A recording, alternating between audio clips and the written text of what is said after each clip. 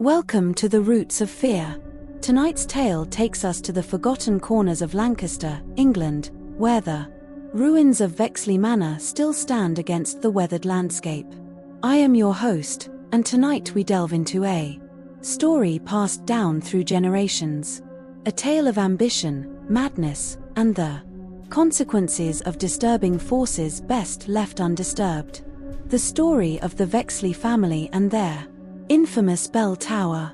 The year was 1847 when Ambrose Vexley, a merchant who had made his fortune in the East India Company, returned to his homeland with pockets full of colonial wealth and a mind brimming with grand ambitions.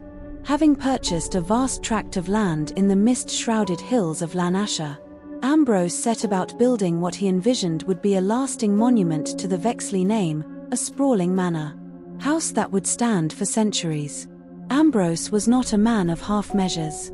While other wealthy men of his era might have been content with a stately home and modest grounds, Ambrose's vision extended beyond mere comfort or status. The manor he designed featured peculiar architectural choices, corridors that seemed to lead nowhere, staircases that spiraled in unusual patterns, and most notably, a bell tower that rose from the eastern wing like a sentinel watching over the surrounding valleys. The bell tower stood nearly 60 foot tall, a slender spire of weathered stone that appeared almost too thin to support itself. At its peak hung a single bell crafted from an unusual alloy that gave it a distinctive silvery black sheen. Local craftsmen commissioned to install the bell reported that it made no sound when tested.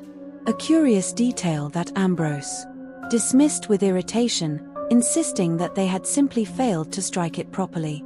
Records from the construction period suggest that Ambrose had brought the bell back from his travels in India, though the exact origin remained unclear. In his private correspondence, later discovered hidden in a compartment beneath the manor's library floor, Ambrose referred to acquiring the bell from a temple where silence was worship and sound was sacrifice. These cryptic words would take on a more sinister meaning in the years to come. The construction of Vexley Manor was completed in the autumn of 1849, and Ambrose moved in with his wife Eleanor and their 3 children, twins Cyril and Cecilia, aged 14, and their younger brother Edward, who was just 7. The family's arrival was marked by a grand celebration attended by nobility and businessmen from across the county, all eager to glimpse the eccentricities of Vexley Manor and the wealth Ambrose had brought back from the colonies. It was during this celebration that the first incident occurred. As midnight approached, the guests had begun to depart, and the Vexley family retired to their quarters.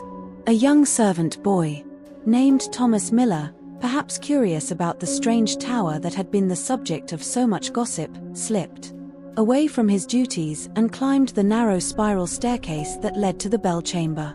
What exactly transpired in that tower remains unknown, but shortly after midnight, the previously silent bell rang out across the estate.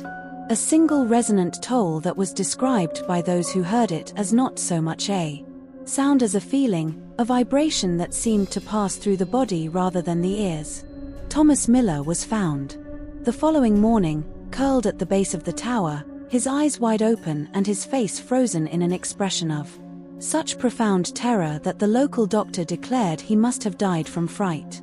Ambrose Vexley, rather than expressing remorse over the boy's death, flew into a rage, demanding to know who had given the child permission to enter the tower. He ordered the door to the tower sealed and placed a brass plaque upon it bearing the words that would become inextricably linked with the Vexley legacy. The bell tower wasn't meant to be rung. For several years following this incident, life at Vexley Manor continued without significant disruption.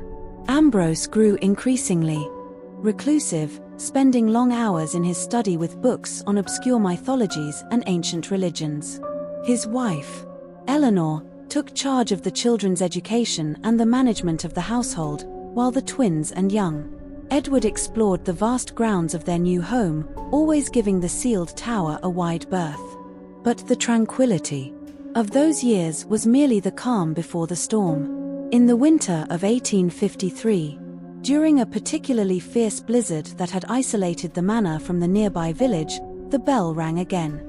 3 distinct tolls echoed across the snow-covered landscape despite the tower remaining sealed and untouched. That night, Eleanor Vexley vanished without a trace. Her bedchamber was found empty the following morning. The bed sheets cold and undisturbed, as if she had never retired for the evening. A search of the grounds revealed nothing, though several servants reported seeing footprints in the fresh snow leading from the manor to the bell tower door. Footprints that seemed to disappear at the tower's entrance. Ambrose's behavior following his wife's disappearance became increasingly erratic. He ordered the servants to keep a constant vigil around the tower, forbidding anyone from approaching it under any circumstances. He began sleeping in the corridor outside the tower entrance, armed with a loaded rifle. The children, now largely neglected by their distracted father, were left to the care of the housekeeper, Mrs. Pembroke, who later recounted that young Edward had begun sleepwalking, often found standing before the tower door, his small hand reaching for the handle. By the spring of 1854, rumors had begun to circulate in the nearby village of Blackthorn. Some claimed to have heard the bell tolling on moonless nights, while others spoke of lights seen in the tower despite its sealed entrance. The local vicar, concerned for the spiritual welfare of the Vexley household, made several attempts to visit the manor, but was turned away each time by an increasingly disheveled and hostile Ambrose. In his journal, recovered decades later, the vicar wrote, "I fear that Mr. Vexley has brought back more than mere trinkets from the East. There is a darkness that surrounds that house now, a palpable sense of wrongness that causes even the birds to fall silent as one approaches. The property of particular concern is the tower, which seems to draw the eye, no matter where one stands on the grounds, as if it exists somewhat more substantially than its surroundings." The situation reached a breaking point in the summer of that year. On the night of the summer solstice, several villagers reported hearing the bell toll continuously for nearly an hour, a sound described as mournful and hungry. The following morning, a maid arriving for her duties found the manor's front door standing open, the entrance hall empty, and no sign of life within the house. When the local constabulary was finally summoned, they discovered a scene of inexplicable abandonment. The breakfast table had been set for 4, the food untouched and grown cold. Personal belongings remained in their places, suggesting no planned departure. The only sign of disturbance was a trail of muddy footprints, small like those of children, leading from the bedrooms down the main staircase, through the eastern corridor, and ending at the tower door, which now stood ajar despite its heavy lock. Inside the tower, the search party found Ambrose Vexley alone, sitting cross-legged on the floor directly beneath the bell, which hung motionless above.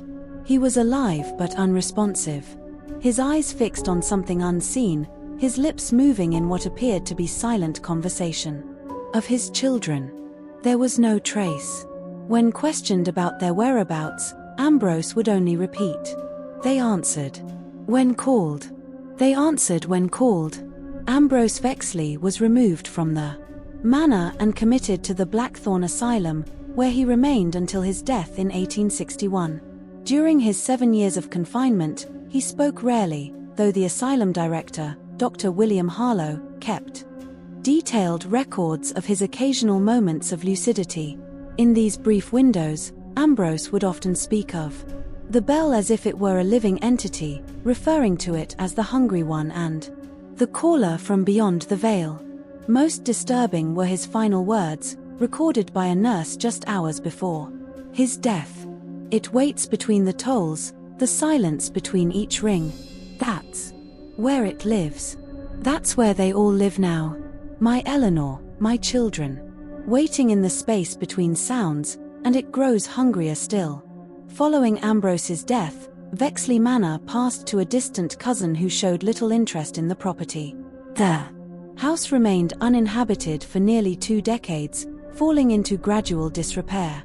Local farmers reported that no birds nested in or near the bell tower, and that wildlife seemed to avoid the entire eastern side of the property. The bell itself, according to those brave enough to approach the tower, never showed signs of rust or weathering, despite its exposure to the elements. In 1882, the property was purchased by a retired colonel named James Blackwood, who dismissed the local superstitions as countryside nonsense and set about restoring the manor to its former glory.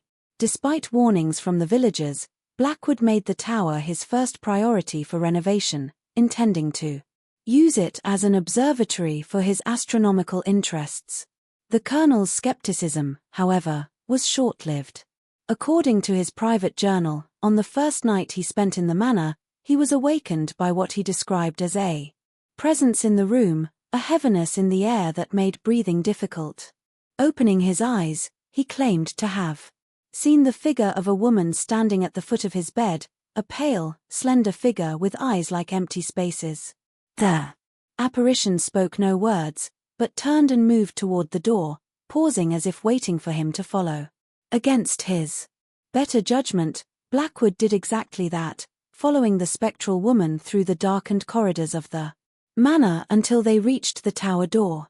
There she vanished. But as Blackwood stood confused in the darkness, he heard a child's voice from within the tower whisper, "Help us. Ring it again. Ring it and bring us back." Blackwood, a man of science and rational thought, initially attributed the experience to a vivid dream brought on by the local tales he had heard. But as the nights progressed, the visitations continued. Sometimes it was the woman, presumably the ghost of Eleanor Vexley, while on other nights he would wake to find the spectral figures of children standing silently by his bedside, their eyes hollow and pleading. After a month of these nocturnal encounters, Blackwood's journal entries became increasingly erratic. He began to research the history of the bell, corresponding with scholars of Eastern religions and occult practices. One such scholar, a Professor Harrington from Oxford, visited the manor in the spring of 1883 and was permitted to examine the bell from a distance. In his subsequent letter to Blackwood, he wrote, "The symbols etched into the bell's surface are unlike anything I have encountered in my studies of Indian religious artifacts. They bear some resemblance to certain Pravedic scripts, but contain elements that suggest a far older origin. Of particular note is the recurring motif of what appears to be a doorway or portal surrounded by figures and attitudes of supplication or perhaps warning.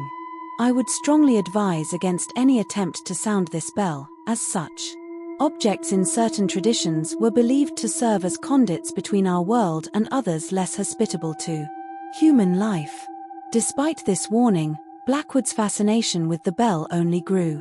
His journal entries from the summer of 1883 reveal a man increasingly obsessed, convinced that the spectral visitations were not threats, but pleas for help, that the Vexley family was somehow trapped in some other plane of existence, accessible only through the tolling of the bell. On the autumnal equinox of that year, Blackwood made his fateful decision. His final journal entry reads, "I can bear their suffering no longer. The children wept again last night, their tears falling without sound. They are caught between worlds. And I now understand that the bell is both their prison and their potential salvation." Ambrose did not understand the power he brought back with him.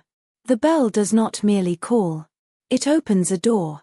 And tonight, I shall ring it with proper intent, not in ignorance, as others have done. I shall bring them back or join them in their exile. That night, the bell of Vexley Manor rang out 3 times across the countryside. Villagers reported that each toll seemed to last impossibly long, the sound hanging in the air like a physical presence. Some claimed that between the tolls they heard other sounds, voices calling in unknown languages, and a rushing noise like a great wind, though the trees stood motionless. When the groundskeeper arrived the following morning, he found the tower door wide open and Colonel Blackwood gone. In the bell chamber, directly beneath the still swaying bell, lay Blackwood's journal and pocket watch.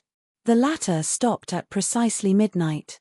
Of the Colonel himself, there was no trace, save for a single boot print in the dust of the chamber floor, a print that appeared to be walking toward the solid stone wall. Following Blackwood's disappearance, Vexley Manor was abandoned once more.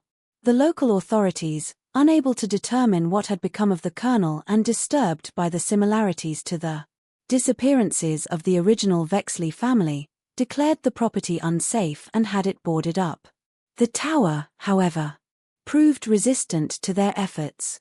Boards nailed across its door would be found removed the following day with no signs of how they had been dislodged.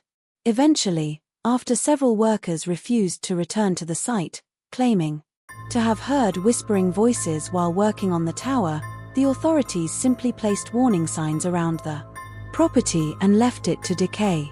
For the next 30 years, Vexley Manor stood empty, becoming the subject of local legend and a test of courage for generations of Blackthorn's youth. Those brave or foolish enough to venture onto the grounds often reported strange experiences. Sudden drops in temperature, the sensation of being watched from the tower windows, and in some cases, glimpses of pale figures moving within the manor itself. Most disturbing were the reports of children's laughter heard emanating from the tower on particularly dark nights, followed by a silence so profound it seemed to swallow all other sounds. The property might have remained abandoned indefinitely had it not been for the outbreak of the First World War. In 1916, with hospitals overflowing with wounded soldiers, the British government requisitioned numerous private estates to serve as convalescent homes. Despite its reputation, Vexley Manor's size and location made it an ideal candidate for conversion. And by the autumn of that year, the first patients were installed in the hastily renovated West Wing. Captain Henry Sullivan, the medical officer assigned to oversee the facility, noted in his initial report that the East Wing, including the bell tower, had been sealed off due to structural concerns. In truth, as his private correspondence revealed, the decision was influenced by the unease the tower provoked in both the renovation crews and the first staff members to arrive at the manor. Sullivan, a pragmatic man with little patience for superstition, attributed this unease to the isolation of the property and the psychological strain of working with severely wounded men. For the first few months, the Vexley Manor Convalescent Home operated without incident. The patients, primarily officers suffering from physical wounds and what was then termed shell shock, seemed to respond well to the quiet rural setting. The only notable issue mentioned in several of Sullivan's reports was the difficulty in keeping patients from venturing into the sealed East Wing despite clear prohibitions against doing so. There appears to be a peculiar fascination with the tower, visible from the south lawn.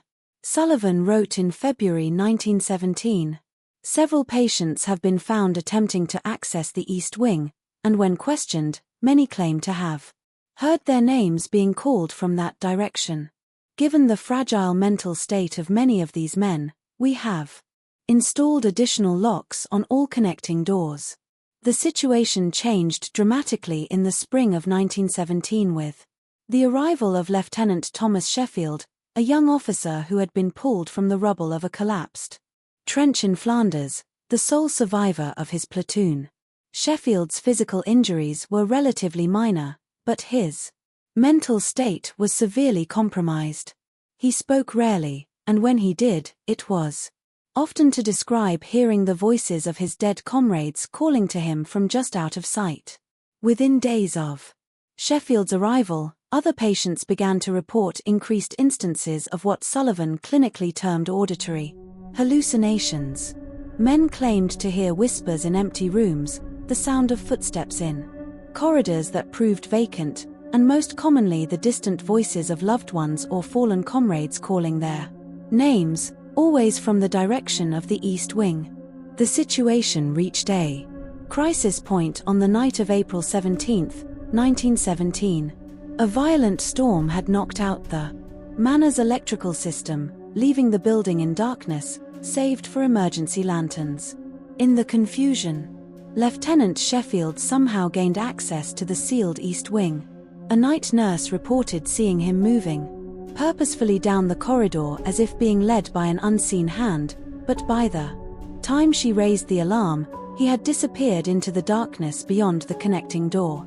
Captain Sullivan immediately organized a search party, but their efforts were hampered by the darkness and the unfamiliar layout of the abandoned wing. It was nearly an hour before they heard the sound that would later feature in the nightmares of every man present. The deep resonant toll of the bell from the tower cutting through the howling storm with unnatural clarity. By the time Sullivan and his men reached the tower, the door stood open, though its lock showed no signs of forced entry. Inside, they found Lieutenant Sheffield standing beneath the bell, his face upturned and illuminated by what Sullivan described as a light with no discernible source. Cold and white as mountain snow. As they watched in horror, Sheffield began to rise from the floor, his body suspended in midair, while around him, the air seemed to shimmer and distort. What happened next was recounted differently by different witnesses. Some claimed that shapes began to materialize around Sheffield, human-like forms that emerged from the very air. Others reported seeing a doorway of light appear in the solid wall of the tower. All agreed on one detail. Sheffield turned to them, his eyes now black voids, and spoke in a voice that was not his own, saying, "They're all here, waiting in the spaces between, and now I join them, as you all shall in time." With that, there was a sudden implosion of air, a sound like a thunderclap contained within the small space of the tower room, and Sheffield vanished. The bell, which had been silent since the initial toll, suddenly rang out again. 3 clear resonant tones that seemed to vibrate through the bodies of the men present rather than their ears. The Vexley Manor convalescent home was evacuated the following day. The patients transferred to other facilities under the official explanation of structural concerns following storm damage. Captain Sullivan submitted a detailed report of the events to his superiors, which was promptly classified and reportedly destroyed in a ministry fire in 1919. Sullivan himself requested a transfer to the front lines, an unusual move for a medical officer, stating in his request that the clean danger of bullets and shells is preferable to what waits in that house. Vexley Manor remained unoccupied for the remainder of the war and throughout the 1920s. The government, perhaps aware of the incidents that had occurred there, made no attempt to repurpose the property. Despite the housing shortages of the post-war period, local authorities placed more substantial warnings around the perimeter, and for a time, a police constable was assigned to patrol the grounds. Though this practice was discontinued after 3 consecutive constables requested transfers, each reporting a persistent sense of being watched from the tower windows. The next chapter in the Vexley Manor's history began in 1931 when the property was purchased by Edward Vexley, the great-nephew of Ambrose and the sole remaining descendant of the Vexley line. Edward, a quiet, scholarly man in his 40s, had spent much of his adult life researching his family's mysterious past, drawn by the stories he had heard since childhood about the disappearance of his great-uncle's family and the subsequent hauntings of the manor. Unlike previous occupants, Edward approached the manor not with skepticism or fear, but with a methodical determination to understand the forces at work within its walls. He moved into the caretaker's cottage rather than the manor itself and spent his days cataloguing and researching the remaining artifacts and documents left behind by both Ambrose Vexley and Colonel Blackwood. Of particular interest to Edward was the bell itself. Through his research, which included correspondence with scholars of ancient religions and occult practices across Europe and Asia, he had developed a theory about its origin and purpose. In his journal, he wrote, "The bell is not merely a bell, but a key, a tuning fork of sorts that, when sounded, aligns our world momentarily with another. The symbols etched upon its surface, which I have now partially translated, speak of the realm between heartbeats, a place or state that exists in the infinite decimal pauses between moments of our perception. The ringing of the bell doesn't summon entities from this realm so much as it thins the boundary between our reality and theirs, allowing passage in both directions.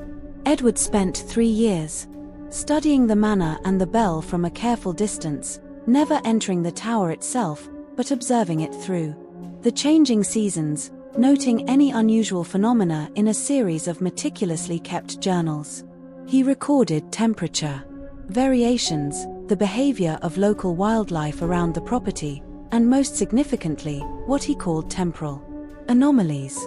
Instances where watches stopped, clocks ran backward, or visitors to the grounds reported experiencing minutes or hours that couldn't be accounted for.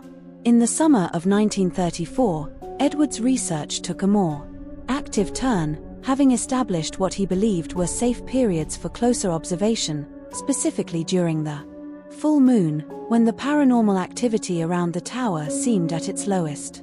He began to enter the manor itself, setting up primitive recording equipment to capture any unusual sounds and photographic plates to detect any visual anomalies. The results of these investigations were mixed. Most of the recordings captured nothing but the natural sounds of an old house settling, though on several occasions, Edward noted what appeared to be whispers or distant conversations that couldn't be attributed to any external source. The photographic evidence was more compelling. Several plates showed distinct orbs of light near the tower, while others captured what seemed to be human figures, transparent and indistinct, standing in corridors or peering from windows. Edward's approach remained scientific throughout, each experience catalogued with detached precision. However, as the months passed, a subtle shift began to appear in his journal entries. The clinical observations gave way to more personal reflections, particularly regarding dreams in which he encountered children playing in the manor grounds. Children he somehow knew to be his long-lost relatives. "I dreamed of them again last night," he wrote in February 1935.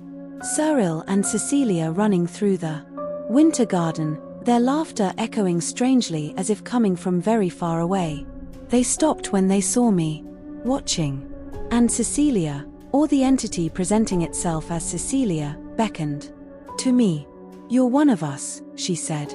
"You can help us come back." I find myself increasingly convinced that these are not mere dreams, but some form of contact from whatever realm holds my ancestors. By the spring of 1935, Edward's journals show a man increasingly torn between scientific caution and emotional involvement. He began to spend nights in the manor itself, sleeping in a small room in the west wing, but inevitably finding himself drawn toward the east wing and the tower as darkness fell. He reported increasingly vivid encounters with what he believed were the spirits of the Vexley family, no longer confined to dreams, but appearing during his waking hours. "Eleanor came to me today," reads an entry from April 1935. "Not in dream or darkness, but in the full light of afternoon as I sat in the library, she materialized like mist, condensing into form, her eyes holding a profound sadness. 'My children,' she said, 'they cannot rest. The space between holds them, neither here nor there, neither living nor truly dead.' When I asked what I could do to help them, she simply turned toward the direction of the tower, then faded from sight." It was around this time that Edward began to develop a theory that would ultimately prove fatal. Through his research and experiences, he had come to believe that the disappearances associated with the bell were not cases of people being destroyed or consumed by some malevolent force, but rather of them being trapped in the realm between, a parallel space that existed alongside our own, but could only be accessed through the specific resonance of the bell. Furthermore, he believed that this transition was incomplete for the previous victims, that they existed in a state of limbo because the bell had never been rung in the proper sequence. In his final journal entries, Edward wrote of discovering a pattern in the symbols etched on the bell's surface, a sequence of 7 tolls that he believed would fully open the passage between worlds and potentially allow those trapped to either return to our reality or move on to whatever lay beyond. The partial soundings of the bell, the single toll that took the servant boy, the 3 that led to the disappearance of my ancestors, the 3 that claimed Colonel Blackwood. These were incomplete keys, he wrote. The full sequence of 7 properly spaced and intoned should stabilize the connection between realms. My research suggests that this would create not just a momentary thinning of the boundary, but a lasting doorway through which those trapped might find release. On the summer solstice of 1935, Edward Vexley made his final visit to the bell tower. He left his journals in the caretaker's cottage along with a letter addressed to the British Society for Psychical Research detailing his theories and the experiment he intended to perform. The letter concluded with the words, "If I do not return, do not assume that I have met with tragedy. It may be that I have simply found my way to where the rest of my family waits in the space between heartbeats. And if my theory proves correct, perhaps we shall all find our way back together." That night, according to reports from the nearby village, the bell of Vexley Manor rang out 7 times, each toll separated by exactly 1 minute. Witnesses described the sound as clearer and more powerful than any church bell, carrying per miles despite the still summer air. After the 7th toll, a bright light was seen emanating from the tower, visible even from the village, lasting for several minutes before being suddenly extinguished. When the caretaker arrived the following morning and found no sign of Edward, the authorities were notified. The police investigation discovered nothing to suggest foul play or suicide, simply another disappearance in the long, strange history of Vexley Manor. The tower itself showed signs of recent presence, a chair positioned directly beneath the bell, a single candle burned down to the socket, but of Edward Vexley there was no trace. The letter and journals were duly delivered to the Society for Psychical Research, where they caused considerable debate among members. A small expedition was organized to investigate the manor, equipped with what were then the most advanced tools for paranormal research. Their findings, while inconclusive by modern scientific standards, included several phenomena that defied conventional explanation. Electromagnetic readings around the tower that fluctuated wildly without apparent cause. Audio recordings that when played back contained voices not heard during the original recording, including what seemed to be children's laughter and a woman calling the name Ambrose repeatedly. Photographic plates that, when developed, showed what appeared to be human figures in period dress, transparent but distinct, gathered around the tower. Most significantly, a series of temperature drops in the bell chamber itself, so severe that water froze in a glass left overnight despite the summer heat. The Society's official report, published in a limited edition for members, only concluded that while they could not endorse Edward Vexley's theories about parallel realms, the cumulative evidence suggests that Vexley Manor and specifically its tower represents one of the most compelling cases of sustained paranormal activity yet documented in Britain. Following this investigation, the manor was once again abandoned to the elements. The Society attempted to purchase the property for ongoing research, but encountered a series of bureaucratic obstacles that its members attributed to deliberate obstruction by government officials who wanted the entire matter forgotten. By the outbreak of the Second World War, interest in the manor had waned, with more pressing concerns occupying both the public and the scientific community. During the war years, Vexley Manor briefly served as an emergency storage facility for artifacts from various museums in Manchester and Liverpool, moved to rural locations to protect them from German bombing. The workers tasked with transporting and organizing these artifacts reported nothing more unusual than a general sense of unease while on the property, though they unanimously avoided the east wing and tower after dark. It was in the post-war period that the modern legend of Vexley Manor began to take shape. With the property now falling into serious disrepair, the local council erected fencing around the perimeter, ostensibly to prevent accidents. This barrier, of course, served mainly to attract curious teenagers and thrill-seekers for whom a night at Vexley became a rite of passage in the 1950s and 60s. From these nocturnal expeditions emerged the contemporary folklore surrounding the manor, stories of watches that stopped at midnight, cameras that captured strange orbs of light or misty figures, and most persistently, the experience of hearing one's name called from the direction of the tower, often in the voice of a loved one or a child. One incident from this period stands out for its documentation and multiple witnesses.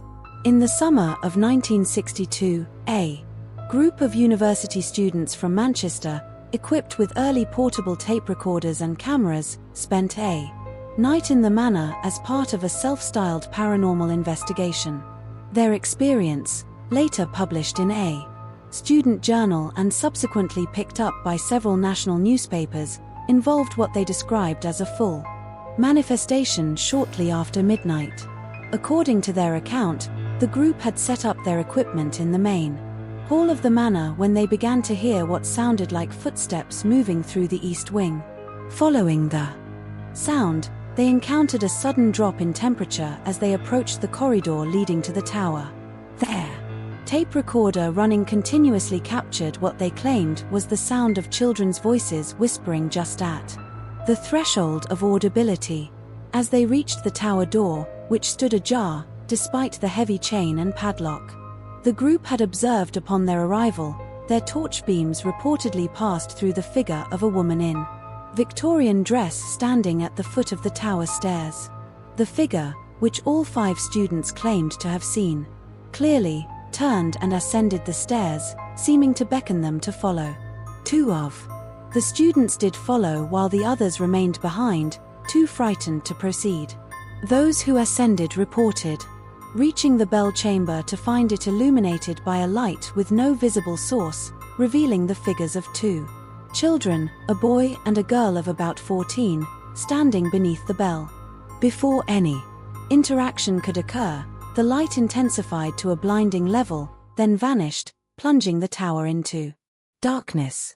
When the students were able to see again, the figures had disappeared. The audio recording from this encounter, which survived and was later analyzed by audio engineers, contains several anomalies. Periods of complete silence where ambient room noise should be audible, followed by bursts of what was described as multiple voices speaking simultaneously.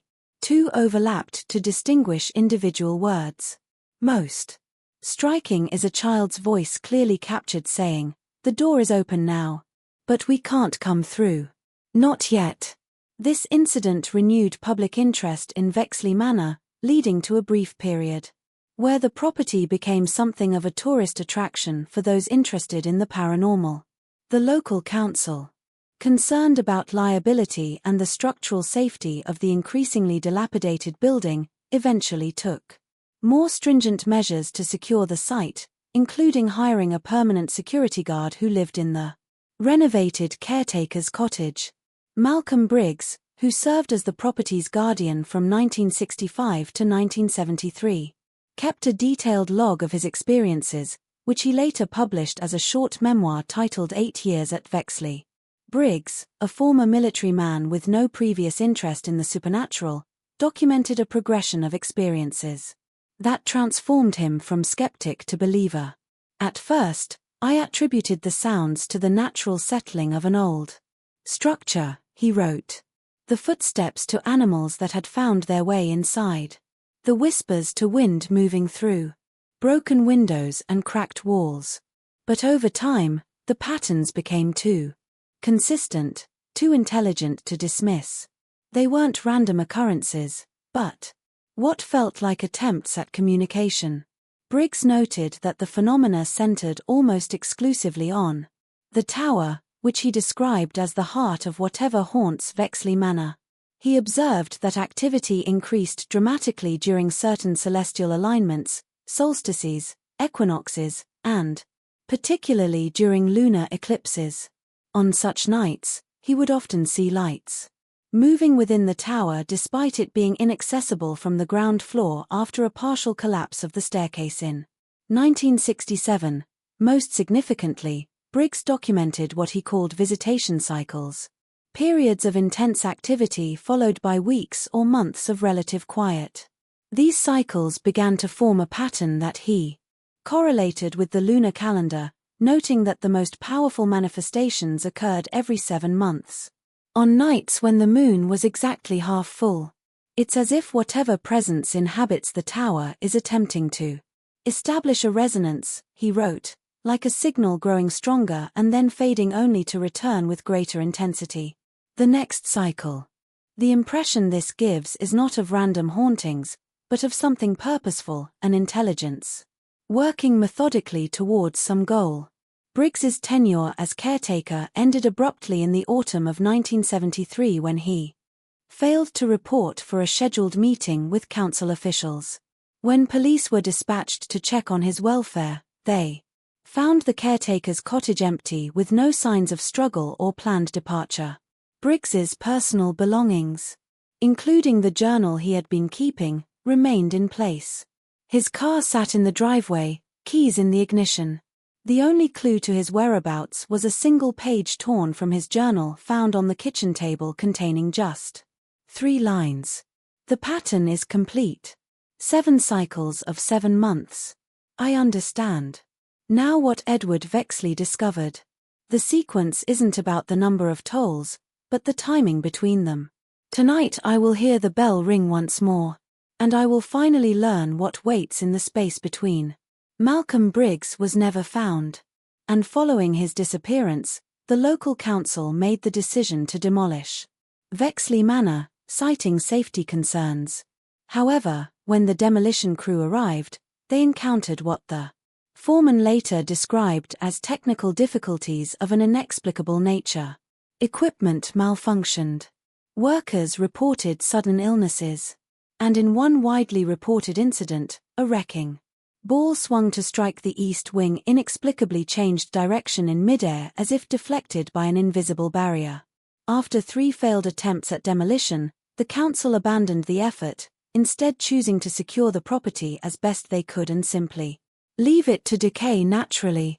The tower remarkably remained intact despite the deterioration of the surrounding structure, standing like a defiant sentinel as the years passed. In the decades that followed, Vexley Manor receded from public attention, becoming little more than a footnote in books about Britain's haunted locations. Occasional trespassers still sought access to the site drawn by the enduring legend, but no further disappearances were recorded. It seemed as if whatever force had claimed Ambrose Vexley's family, Colonel Blackwood, Edward Vexley, and Malcolm Briggs, had either been satisfied or had gone dormant.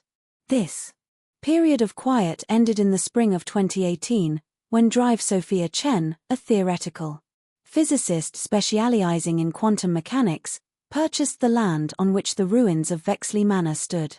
Dr. Chen, whose academic work focused on theories of parallel dimensions and quantum resonance, had become interested in the Vexley case after reading Edward Vexley's journals in the archives of the Society for Psychical Research. Unlike previous investigators, Dr. Chen approached the site with neither superstition nor skepticism, but with a hypothesis grounded in cutting-edge physics. In her research proposal submitted to a private foundation that funded her work, she wrote, "The consistent patterns of temporal and spatial anomalies reported at Vexley Manor align remarkably with certain predictions of M-theory, particularly regarding points of dimensional intersection. If the structure known as the bell tower does indeed represent such a thin point between dimensional branes, then the documented phenomena, disappearances, apparitions, audio Anomalies could potentially be explained as bleed-through from a parallel reality existing in quantum superposition with our own. Dr. Chen established a research station in a prefabricated building erected a safe distance from the manor ruins. Equipped with an array of sophisticated monitoring equipment, quantum field detectors, gravimetric sensors, and multispectrum cameras designed to capture phenomena beyond the range of human perception. For the first time, the strange occurrences at Vexley Manor were subjected to rigorous scientific observation. The preliminary findings published in a controversial paper that divided the scientific community suggested that the area surrounding the tower exhibited measurable quantum abnormalities. Specifically, subatomic particles in the vicinity showed patterns of quantum entanglement that, according to Dr. Chen, indicated a persistent connection to another set of particles existing in what might be termed a parallel configuration to our observable reality.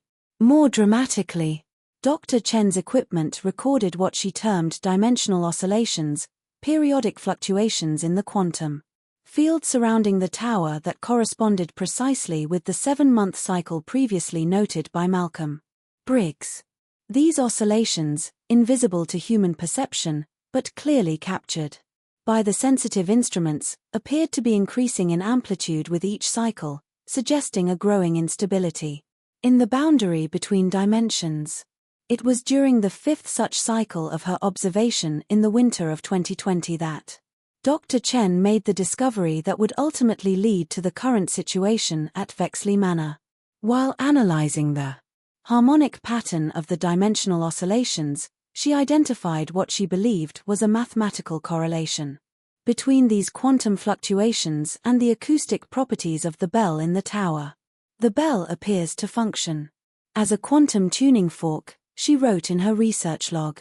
Its specific resonant frequency when activated seems to amplify the natural dimensional oscillations to a level where macroscopic effects become possible, essentially widening the quantum aperture between our reality and the parallel dimension to a point where matter, not just information, might pass through.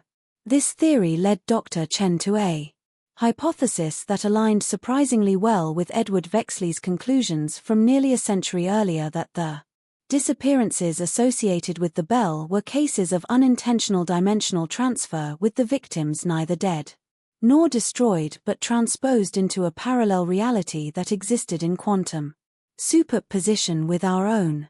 Furthermore, she suggested that this transfer had been incomplete in all previous cases because the bell had never been rung in the specific pattern that would stabilize the dimensional aperture. The 7 tolls that Edward Vexley had attempted, while correct in number, had been incorrectly timed. The sequence needed to follow the natural harmonic progression of the dimensional oscillations themselves. In her final published paper, Dr. Chen wrote, "If my calculations are correct, the complete sequence, 7 tolls spaced according to the Fibonacci spiral as measured in milliseconds, would create a stable birectional passage between dimensions. Theoretically, this would allow matter to pass through in both directions, potentially enabling the return of those who were previously transferred. The implications of this theory were too significant to ignore and too dangerous to test without extensive preparation.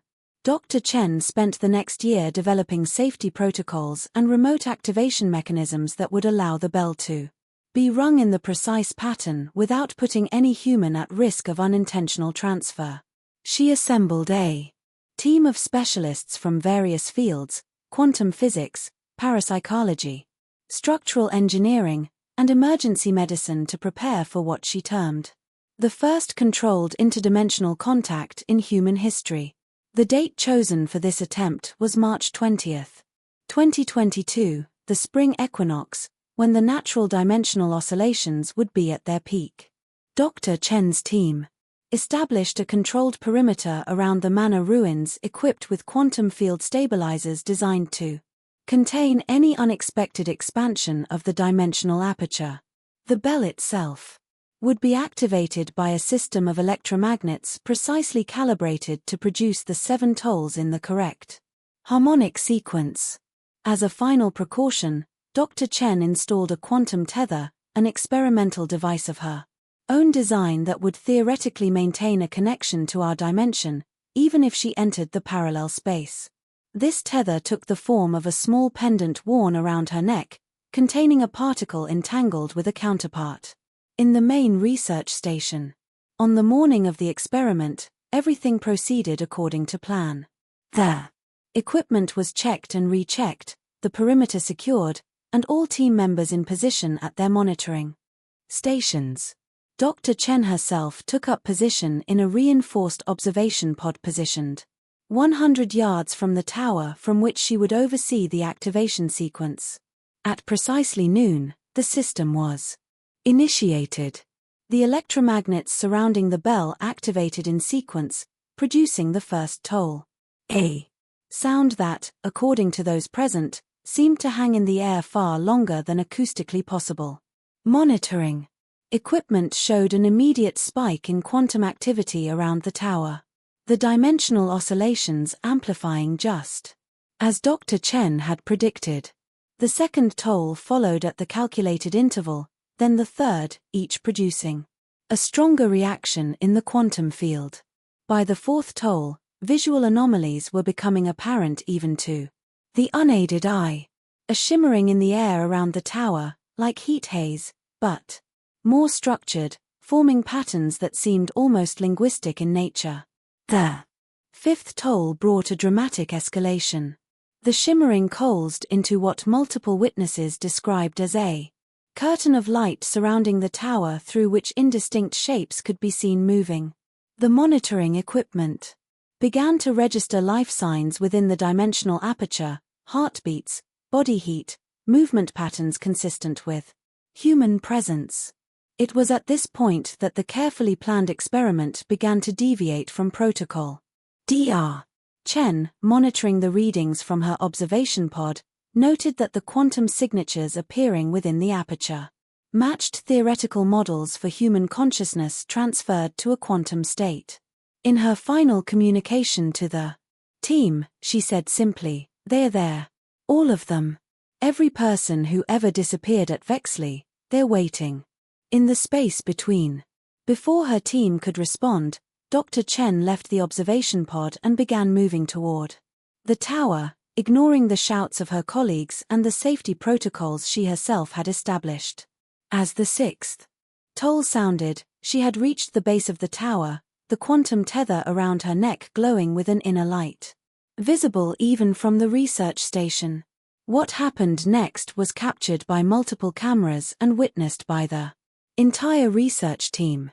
As Dr. Chen approached the dimensional curtain surrounding the tower, figures began to emerge from within it, indistinct at first, then gaining solidity as they moved forward.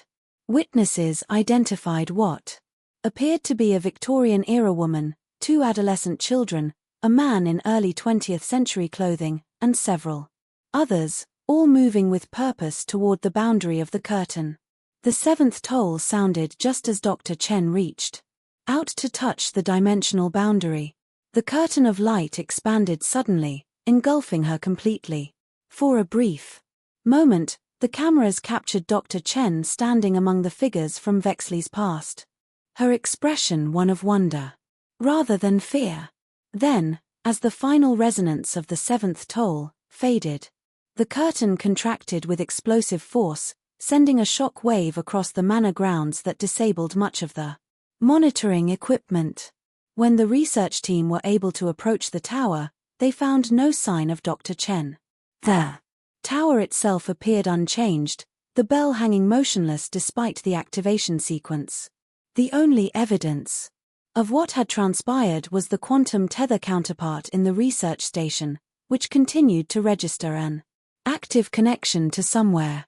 In the days that followed, this connection produced data that Dr. Chen's team is still analyzing. Mathematical sequences, wave patterns, and most intriguingly, brief fragments of what appear to be English text, seemingly transmitted directly through the quantum entanglement. These fragments, while incomplete, suggest that Dr. Chen is alive and conscious in whatever dimensional space exists on the other side of the aperture. One message. Received approximately 1 week after the event reads, Dimensional translation successful. Vexley family. Here along with others not dead existing in quantum superposition. Bell creates passage when properly activated. Working on stable return protocol. Do not attempt retrieval until further notice. The most recent message received just 3 days ago consisted of a mathematical formula followed by the words aperture. Stability requires balanced exchange. For each one that returns, one must cross over. The bell knows who belongs where. 7 days, 7 tolls. Prepare the tower. As of this recording, Dr. Chen's research team has established a permanent monitoring station at Vexley Manor, maintaining the quantum link to their colleague while attempting to decipher the complete return protocol. The local authorities, now fully briefed on the situation, have established a 5 mm exclusion zone around the property, citing scientific research of national importance.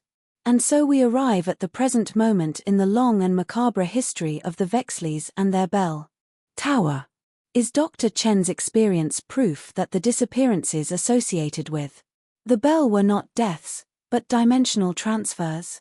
Are the Vexley family, Colonel Blackwood, Edward Vexley, and Malcolm Briggs, all existing in some parallel reality, waiting for the proper sequence to bring them home? And perhaps most troublingly, what did Dr. Chen mean by balanced exchange? Who or what must cross over in the opposite direction for the dimensional equilibrium to be maintained? These questions remain unanswered as we conclude tonight's episode of the Ghastly Journal.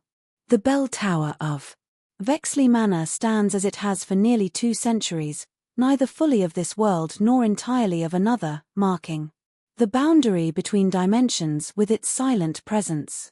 The warning remains as pertinent now as when Ambrose Vexley first inscribed it upon the tower door. The bell tower wasn't meant to be rung, unless perhaps it was meant for exactly that purpose. Not by those who built it, but by whatever waits in the space between tolls, the realm between heartbeats, patiently calling across dimensions for someone to open the door and let them through. This has been the Roots of Fear. Until next time, remember that the veil between worlds is thinner than we know.